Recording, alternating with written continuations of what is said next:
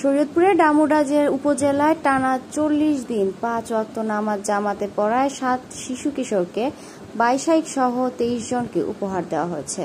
শনিবার ১৬ আগস্ট দুপুরে ডামুডা পৌরসভার ঐতিহ্যবাহী কাজীবাড়ি জামে মসজিদ পরিচালনা কমিটির উদ্যোগে শিশু কিশোরদের হাতে এই সাইকেল সহ অন্যান্য উপহার তুলে দেওয়া হয়।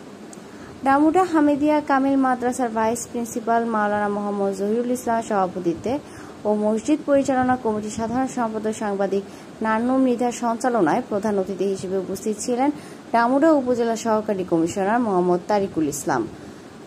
এ সময় আরও উপস্থিত ছিলেন বিভিন্ন রাজনৈতিক দলের নেতাকর্মী, গণমাধ্যম কর্মী, স্থানীয় মুসল্লি প্রমুখ।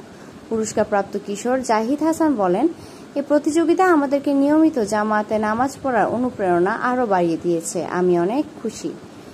কাজীবাড়ি জামে মসজিদের ইমাম নোমান সিদ্দিক বলেন, অত্র এলাকার শিশু কিশোরদেরকে নিয়মিত নামাজি হিসেবে গড়ে তোলা উৎসাহ প্রদানের জন্য জামাতে পড়ার এই প্রতিযোগিতা আয়োজন করি। তার আলোকে ৭ জনকে সাইকেল ও ২৩ জনকে উপহার দেওয়া হয়। সহকারী কমিশনার মোহাম্মদ তারিকুল ইসলাম বলেন, এমন উদ্যোগ প্রত্যেকটি সমাজ ও প্রত্যেক গ্রামে নেওয়া হলে সমাজ থেকে শিশু কিশোররা নামাজে উৎসাহিত হবে এবং সমাজ থেকে অন্যায়, অবিচার ও কিশোর গ্যাংয়ের প্রবণতা দ্রুত সময়ে মুছে যাবে। আমি এই ভালো কাজকে স্বাগত জানাই।